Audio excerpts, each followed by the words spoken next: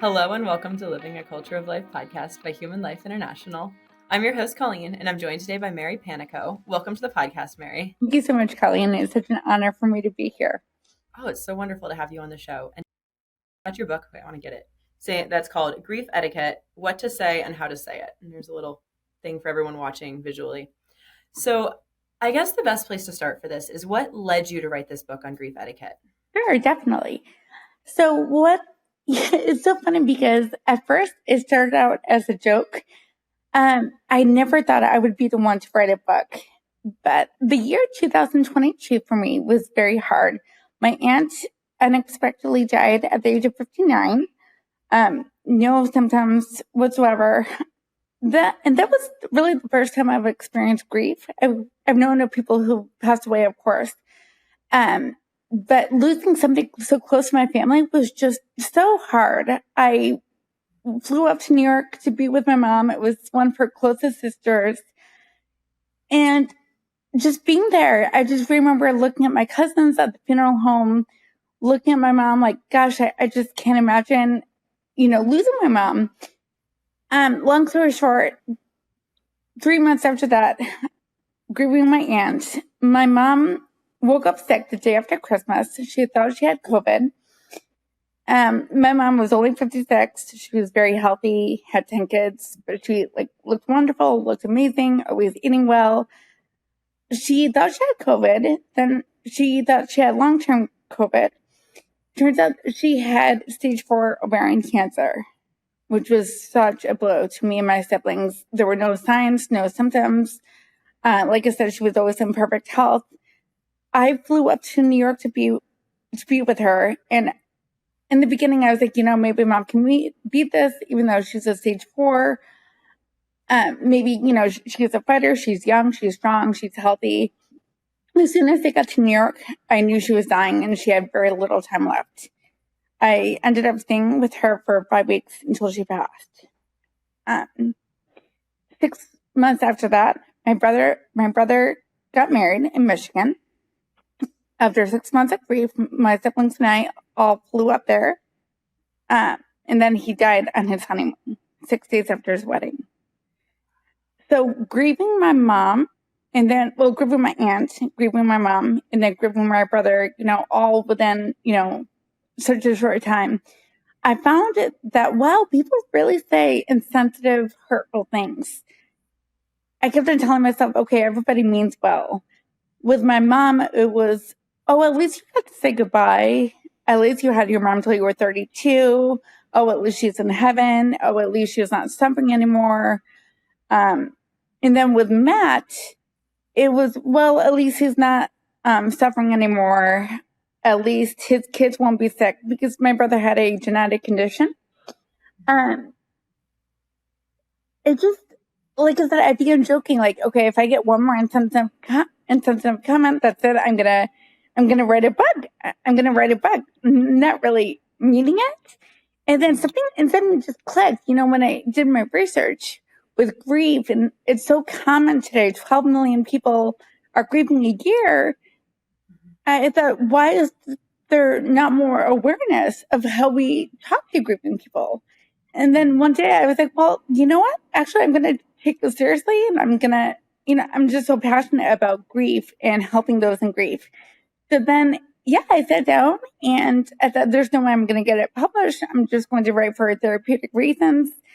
I sent it to a few family members and a few friends, and they were like, this is really good. Why don't you look into getting it published? So here I am. Wow. Yeah, it does seem like death has become sterilized in our culture where people kind of want to put it like on the the side elephant in the room. about it. Yes.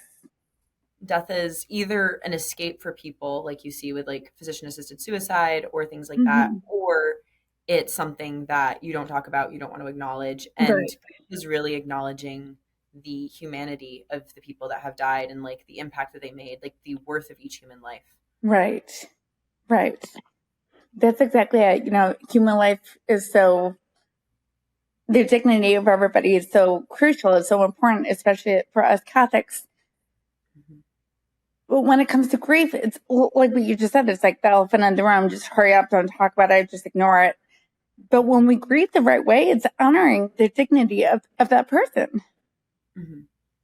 And it's acknowledging that death is a real loss, It but is. at the same time that like you need to be able to feel those emotions and work Yes. through it and acknowledge that you've lost a person. And this is jumping ahead slightly, but the chapter that really struck me was your chapter on miscarriage.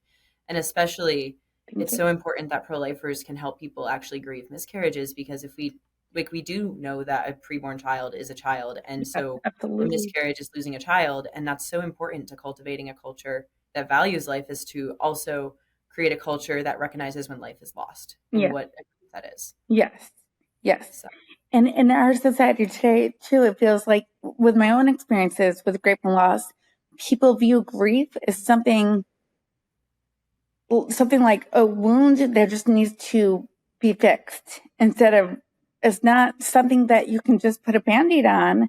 It's a loss that never goes away. You learn how to live with the loss, but it's not something that you can just, get over. mm-hmm. Yeah, I think it was a meme one time that was like how grief works, and it was like a ball, and then like another ball just around it, and then it was like the one ball grew bigger, but this like the grief ball never actually got smaller. It's just you It's grow so spinning. true. Yes. So, so I guess jumping into the actual content of your book, what are some common misconceptions that people have about grief? So I would say, um, the main misconception is that grief follows a certain timeline. Um, Grief is like a certain journey, and by point X, it's over, and now you should be over it, and now you'll be all better. So with my mom, and then with my brother, gosh, I remember I was having a hard day at the 6-month mark of my mom. When a friend came in, he saw me crying, and I apologized, saying, I'm sorry, I'm having a really hard day. He looked at me with this, I'll never forget, he looked at me with this look like, oh, you're not over it? And I said, I paused. I was so shocked. No, it's only been 6 months. And then again, he was trying to help, but he was like, well, come on, Mary, you're not a child. You just got to toughen up. And, the real world, if you had a full-time job and if you were out in the world working, you would only have 3 days bereavement time. So, like, again, I know he meant well, but grief is not something, I mean, how easy would it be if we could put grief in a tidy little box, check all the boxes, and then say, oh, okay, it's been a year, like I'm over and I'm completely whole again. But I mean, gosh, it's just, you can wake up feeling great, and all it takes is that little trigger and you're a mess. There's no timetable. You don't ever really get over it. I know that my mom and my brother's death they'll be with me forever. Mm-hmm. I can grow with the loss. I feel a lot better now than I did in the first 6 months, but it'll always be there. So I would say that's the main conception. There is no timeline with grief. It's a roller coaster. Yeah. Yeah, that makes sense. So then what exactly is grief etiquette? Because that's the name of your book. Yeah. So what do you mean by that term? Yes, definitely.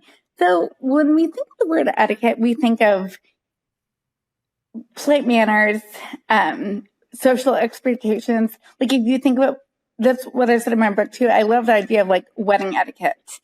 For example, you don't wear white to a wedding because the bride wears white, and um, things like that. Or job interviews, you dress up nice because you want to make it. I mean, you want to make a good impression. So grief etiquette is same like for wedding etiquette or job etiquette. Grief requires the same because it's so important to know what to say and how to say it instead of just blurting out things that just makes the grieving person feel worse. It's so important to think before you speak, to really think about how we're interacting with the grieving. There's nothing you can say to make them feel better. There's nothing you can say to make them, like, it's not your job to fix their grief, but there are things you can say to show empathy and caring. When a person says something insensitive, it just it makes the whole grieving journey worse, and it forces them to put a mask onto the outside world. Another misconception is that you just need to be strong. We live in a society today where it's really cover up your emotions, don't talk about it. And it's like, well, grief is such an important part of life. Why can't we talk about it? Why can't we acknowledge it? It's hard, it's messy, so yeah, I guess if that makes sense. So grief etiquette, I specifically wanted the word etiquette in the title to show just how important it is to treat the grieving person with respect and empathy and genuine loving care. Mm-hmm. Yeah, grief is like the most universal human experience. Yeah. Like, not everyone is going to get married. Not everyone's going to have a child. Not everyone's going to Right. do these different things, but everybody is going to have someone in their life who dies, who they have to grieve. Yeah. And You it should can't be, escape we from should it. be able to have that conversation. Mm-hmm. Mm-hmm. Yeah. Yeah, for sure. What are some things, like you commented that things that people say can be more hurtful and can make the grieving process harder. What are some things that people often say, and then what are things that they should say? Like what should they not say, and what can they say? Definitely. Well, I found after all of my losses, everybody loves to say at least.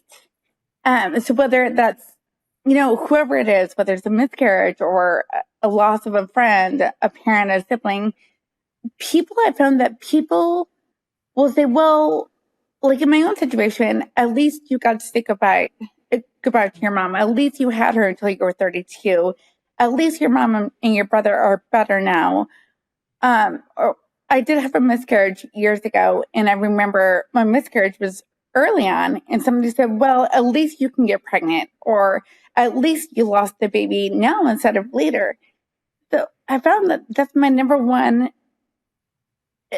It's so hard to hear people try to justify your loss or try to make you feel better about a loss. But in reality, that doesn't help. It just makes you feel like it minimizes your pain. So instead Mhm. of saying at least, like, I loved it when people said, Mary, I'm so sorry. I'm here for you. And really, that's about it. Like, hearing the comparison, or on the flip side of that, people like to compare grief. Well, oh yeah, I lost my great grandfather 10 years ago, and I remember how hard it was. Or my therapist told me that when she lost her mom, one of her best friends lost her pet cat a few months later. And so she came to my therapist and said, I'm grieving my cat. Now I know what it is. Now I know what grief is. And I know what you're going through. And my therapist was like, you're comparing the loss of a pet to my mom. Like, um, so yeah, I think people just say things without thinking about it, and they just think, "Oh, you're sad, you're hurting, so I'm gonna say this to try to make you feel better." But really, hearing certain comments is just crushing and hurtful.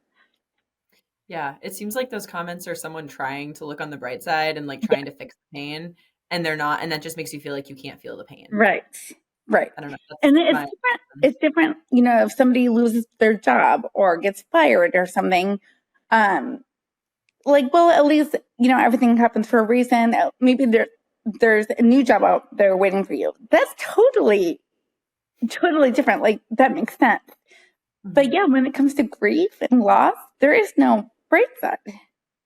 Well, and this comes back to the fact, like talking about the dignity of a human person. It's like you can get a new job, you can move to a new house. Like things are replaceable, and you might have to grieve leaving a home that you loved or something Yeah, like that. But it's not the same as losing a losing person a you loved can't be one, replaced. you'll never get them back. And as Mhm. Catholics too, I remember thinking, like, with grief, I clung to my faith, and without faith, I would be worse off. But I remember thinking, when I'm grieving, and like my grief is so real and so crushing right now. Yes, I have my faith, and yes, that's a comfort. But hearing things like everything happens for a reason, or they're in a better place. Yes, it's true, and like intellectually, I knew that. But it's hard. It's also hard to hear that. So, yeah. So you said that some things they can say instead were like, "I'm sorry, I'm like with you, I'm here for you." I'm here for you. I've Yeah, heard that like saying like, "I can't take away the pain, but I can like walk with you as you go through yeah, it," and things yeah. like that. Definitely, there are so many things you can do. to show that you care, to express your love, to express I'm here for you, saying, or even voicing it like, I don't know what to say, but I'm so sorry. That is totally fine. But it's just when people try to explain away, oh, well, maybe your mom died. Like, I remember somebody said something like, maybe your mom would have ended up making bad choices and maybe God took her so she wouldn't make bad choices. And I remember thinking, how is that helpful right now, No. But for me, I loved, like I said, when short and sweet. I'm here for you. I'm so sorry. I love that. But when people went on and on, or trying to compare, or trying to just, it's really hard when people, they're so awkward, so they ramble on, and it's just like, okay, I'm grieving. Please, just, I don't need to hear why it happened, or why it must have happened, or X, Y, and Z. When my brother died, I'll never forget, two of my good friends first over that night. And I remember going outside, and, I was a mess. I was crying. They just sat there with me. They held my hand. They gave me a hug. They were like, I'm so sorry. And we just sat in silence. And I remember how comforting that was. There, sometimes you don't really need to say anything. Sometimes your presence speaks louder, holding their hand, giving them a hug, crying with them. That's, I think sometimes too, people have told me like, well, if I say nothing, I feel like that's not enough. That come from my own experiences with grief, just knowing that somebody, like, you're sitting with me, you're here for me, that is enough. And I know that it may make you feel awkward, but sometimes you don't really have to say anything. Mm-hmm. Yeah, that totally makes sense of just having the presence of someone else that you can even talk to if you need to. Do you think that talking about the person and sharing like happy memories of them can Yeah. be helpful? Yes. Yes. So that's what I was just about to say. I love it when people would just, hey, Mary, I'll never forget the time your brother did this. Or, hey, Mary, your mom, I loved her so much for A, B, and C. Or, your mom really helped me. Your brother really helped me. Just hearing the stories, talking about the memories. That was so wonderful. And it really eased my burden a little bit. Mhm. Yeah, that's actually really helpful to know because I've definitely known people that have experienced grief and you're like, you don't want to talk about it too much because you don't want to like accidentally like hurt them more. Like it's this unsure of how much should you talk about the person. Yeah, So, I found that too. I found in my grief is like people are like tiptoe around saying their name, and it's mhm, just like, well, the person that we've lost, they're always on our mind. So mhm, it's okay to speak about them. It's okay. I'm thinking about them 24/7. So you don't have to pretend that they're not here anymore. mhm. Yeah. So that was one thing that I found in your book super helpful, just like practically to Okay. file away. Thank you. Of like, oh, Yeah. okay. Yeah. What are some things you talked about them a little bit, just being present, being available, things that people can like do who if they want to help a friend or family member who's grieving? Like, what are some practical things that they can do to support them if talking and rambling on isn't helpful? Yes, definitely. So I would say acts of service. When my mom died and I came home finally, I was gone in New York for 5 weeks taking care of her. When I finally came home, and just those dark days of grief, that heavy, intense weight, all of my friends really, they got together, they set up a meal train for me, or some people offered to pick up my kids for a while from school. Just Mhm, doing things like that. It's like, okay, I may not be able to take away your pain or say anything to make you feel better, but here are some things where I can ease your burden. So just knowing that people were there for me, like, hey, I'm going to pick up your kids for a while. Don't worry about dinner. Here's a meal train. That was such a relief. It was so nice to just, okay, I don't have to worry about cooking dinner for 2 weeks, or I don't have to worry about picking up my kids. Like, it really, really does make, and again, people feel like that's not enough. Like, that really is huge. It's so helpful. yeah. No, it does like seem like doing things to help people have that space and take the other pressures of life off so that they can Yeah. have the time to process and grieve is really Yes. important. Or even sending comfort items, like, friends send me flowers, and just when I would get flowers, it was like it meant so much to me to know that they're thinking about me. Like, here, I can't say anything, but here's some flowers. And two of my really good friends, they sent me a bracelet after my brother died. The Wear Felicity bracelets, they're like a very thin bracelet. It's called Wear Felicity, and it's like tiny. It holds a little picture. So whenever you hold up the bracelet to the light, you can see, like, you hold it up to your eye, and then you can see the picture of your loved one. So right when my brother died, they went on Facebook. They found a picture I posted of me and my brother when we were little, and they were like, "Here's a gift for you." And like that was so touching to just know that, wow, they really they made this for me. Mhm. That's And beautiful. then when my mom died, another friend gave me a willow tree, a mother and daughter hugging. And again, that was so touching to like, just know that people were there. They were thinking about me. They were there for me. Mhm. So yeah, I would say acts of service, sending flowers, sending, a cozy blanket or a journal or, really anything that just provides comfort. Other friends sent wine a lot. Like, hey, I know you're grieving. Here's some bottles of wine. Like, again, it meant so much to me. Yeah. No, I like how you have very practical things that people can do because I think that just Thank having a you. book where it's like, don't say this isn't as helpful. But then if it's like, don't say this, here's an alternative, then it really helps people guidance of like, here's what you can actually do to comfort someone. And Yes, yes. And I found too, like, a common thing from people after a loss is, let me know if there's anything you need. mhm, I remember so many people said that after my mom and then my brother. I remember just being so annoyed after a while. And maybe it wasn't fair for me to get annoyed, but saying, let me know what I can do. When you're grieving, it's really hard to really even to know what it is that you want. For me, mhm, it was like, I don't know what you can do. So that's why I advised my book. Like, instead of saying, it's not a wrong thing to say, let me know what I can do, but it kind of comes across as very trite and very, very, yeah, I can't think of the right word, but that's why I advise to be more specific. Like, instead of letting them tell you what they need, just be proactive. Like, hey, I'm going to make you a meal on this day. Hey, I'm going to pick up your kids on this day. I'm coming over and sitting with you tomorrow. That helps out so much. it seems like saying, let me know what you can do puts the burden of figuring it out on the person who's Yeah. grieving, who probably doesn't need more on their mind. Yes. Yes. Grief is so tough and draining. The last thing we want to do is to, have more energy to figure out what it is that I need. Mhm. So can you touch on the miscarriage topic then? Because like you dedicated an entire chapter to that. So why did you feel the need to? And is there anything like specific that people can do to help a woman who's grieving a miscarriage?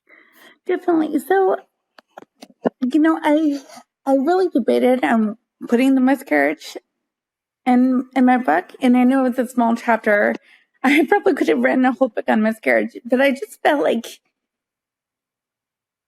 miscarriage is a form of grief. But our society today looks at it as more of a disappointment. It's the world that we live in. Mhm. Um, because I have experienced a miscarriage myself, I have many, many friends that have had a miscarriage. I just really felt called to put it in my book because that is grief. That is another form. I felt like I didn't need to really specify, the loss of a spouse, the loss of a parent, the loss of a friend. Everybody assumes that that's what grief is. But miscarriage, I just felt so called to put it in there because it is a form of grief that's not recognized today. Mhm. So, and I would say that with miscarriage, everything I talked about in my book, the listening more, supporting them the right way, everything applies to miscarriage. Just like the loss of a parent or the loss of a spouse, the loss of a friend, the loss of a baby is just as painful. So those same guidelines and same advice apply to a mother that's grieving their child. Mhm. I remember I knew someone I follow online who had a miscarriage, and they shared something that someone had drawn comparing people's responses to a miscarriage to other losses in life. Like, oh, I'm so sorry that your friend died, but at least you know you can have a friend. And Oh just like yeah. it was jarring to see That like is. phrases that people use for miscarriage applied to like any other relationship in your life. Mm-hmm. And also like, I mean, I've definitely talked to people that have had miscarriages before. And one time someone was like, oh, like it's okay. And I was like, no, it's not. It's And they not. just kind of paused at me and they looked and they were like, thank you. And Mm-hmm. just like trying to go out of your way to be like, no, it's okay. Like you can grieve a child who you carried for 3 or 4 weeks. Like you, Mm-hmm. that is Mm-hmm. still a real loss. And Yeah. acknowledging that it's a loss to the person helps them like process it, it seems like. Right. Right. So again, not having so they don't have to feel like they have to like put on this face of like it's okay. Right. Not inside when I'm alone at night. Right. Right. And again, same with miscarriages. People try to they compare it. Well, at least the baby wasn't born. Well, I know of a person that lost their child that was 5 years old.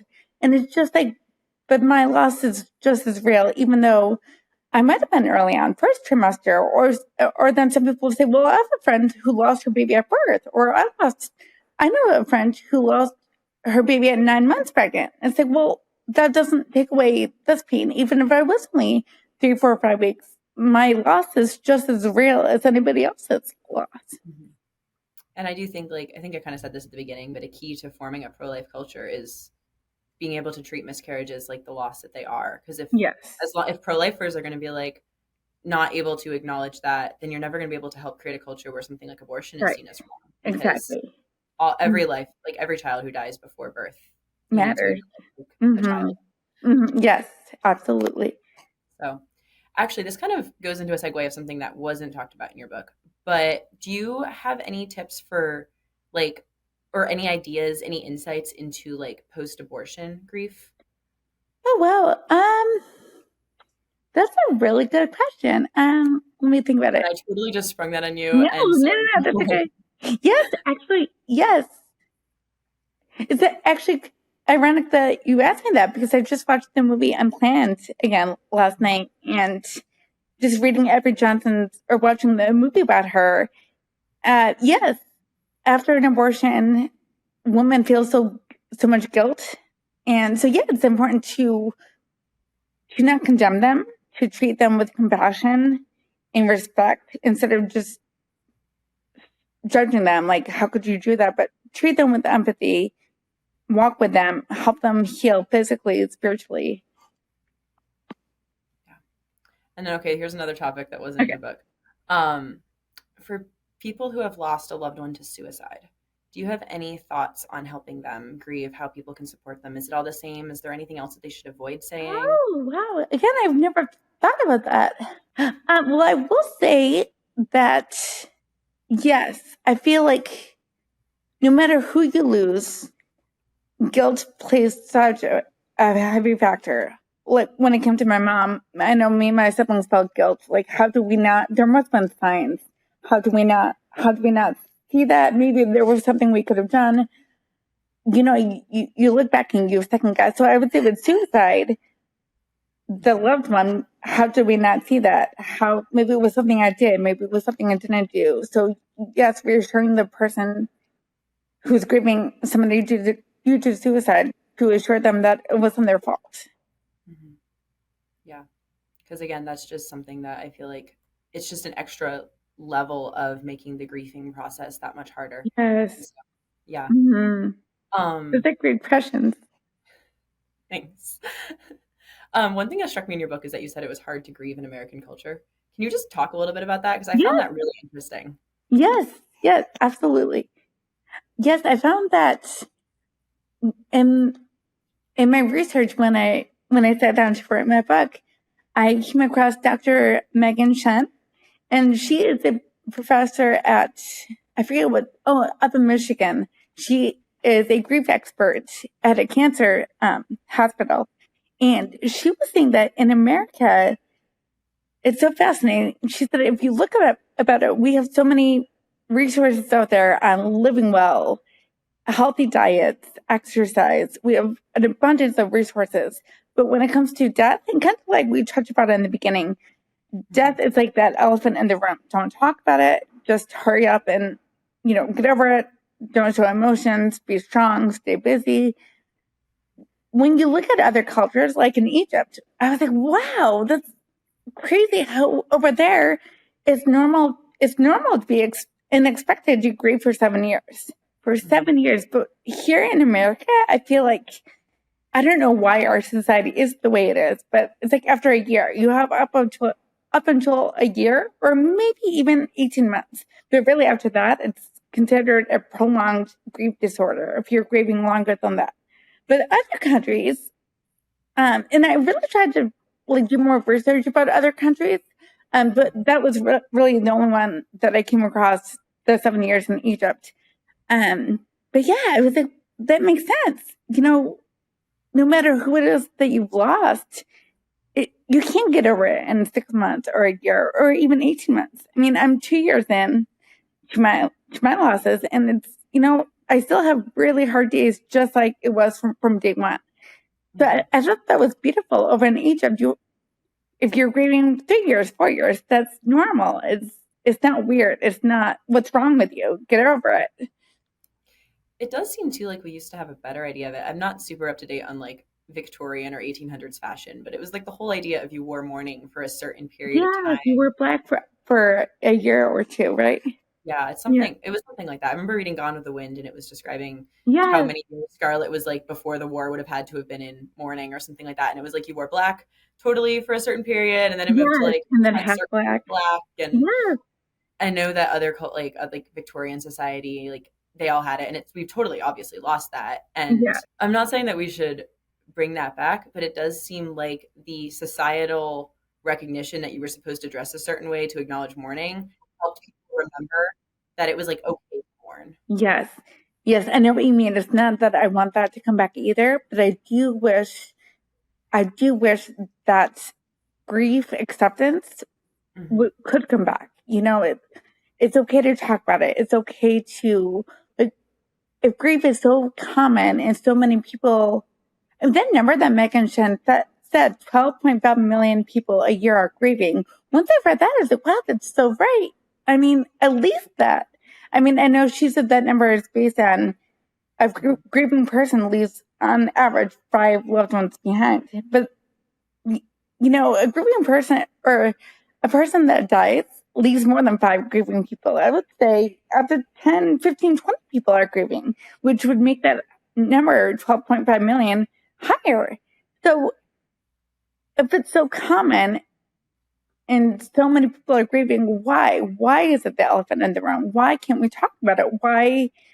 I mean, death is a part of life. So why are we pretending it's not? It does make sense. And that I really wish we could change that in our society.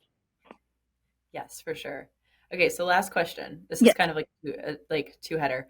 Why is it important for kids to be able to see their parents grieve, and how can we help kids like grieve well or learn how to grieve? Like be able to help kids be able to navigate this process, whether they're grieving now or helping them, giving them the tools to grieve later. Yes. Well, for me, nobody really said outright that you have to be strong for your kids, Mhm. but it was more implied that I should never cry in front of them, that I had to be strong for their sake. But when I thought about it, grief is so common, death is so prevalent, it's going to come to us all. It's okay. I think it's healthy for kids to see us grieve. Mhm. You tackle the notion that you can't show emotion. You just have to be strong and to ignore it. But that's not true. Grief is so crushing. We need to know how to deal with it the right way. So we shouldn't try to hide it from our kids, if that makes sense. To let Yeah. them to let them know it's okay to cry. It's okay to grieve. There's something wrong with that. It doesn't make you less than. It doesn't make you weak. And then, sorry, what was the other part of the question? Like giving kids the tools to be able to grieve, like either now or in the future. Like how could you as like a parent help your children like recognize like when they do face grief in their life, whether it's when they're young or when they're older, how Yes. can you like help them have those Oh, tools? okay. Okay. I would encourage kids to talk about it. To Yes, sit down with them to let them know that they can talk about it, they can cry, they don't have to suppress anything. Yeah, Yeah. if that makes sense. Yeah, like acknowledge that emotions like emotions are real, and like being able to navigate them and process them and not just like stuff them down and not feel it. Yes, for sure. For sure. Well, do you have any last thoughts that you'd like to share today before we wrap up?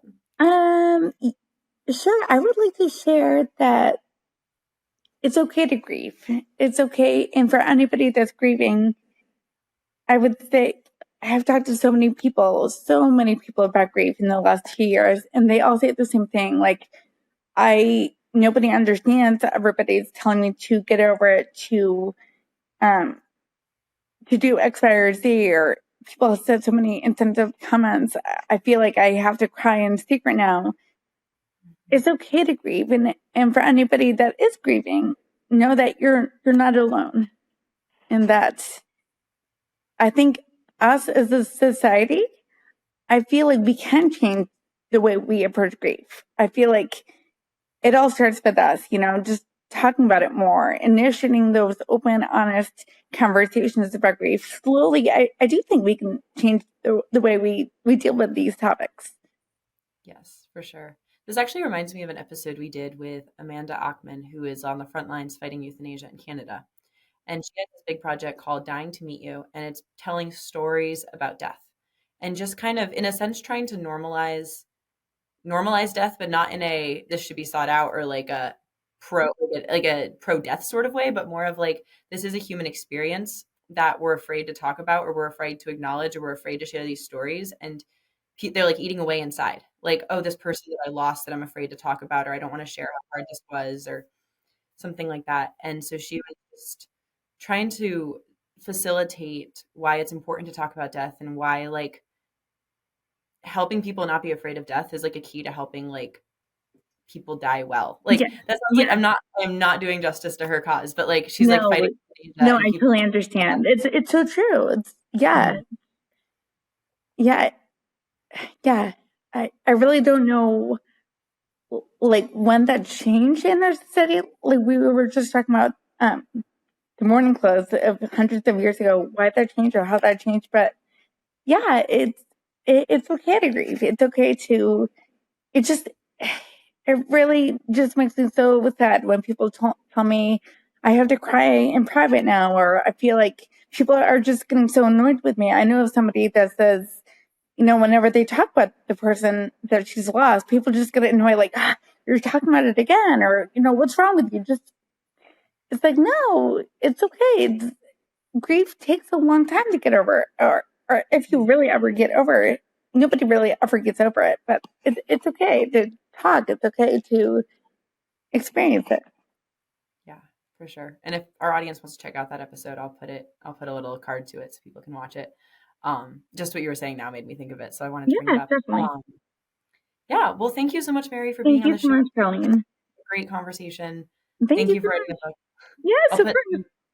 I'll put the link to the book. It's in the description so people can go buy it if they're interested. And Wonderful. Thank you yeah, so much. super easy read and very helpful from my Thank you. experience. Thank you, Um, Colleen. It was such a pleasure being here today. it was a pleasure having you on the show. Thank And, you. and to all of our listeners, please like, follow, subscribe, check out the new ebooks that we have coming out, and leave any questions that you have in the comments, and keep on living the culture of life. God bless.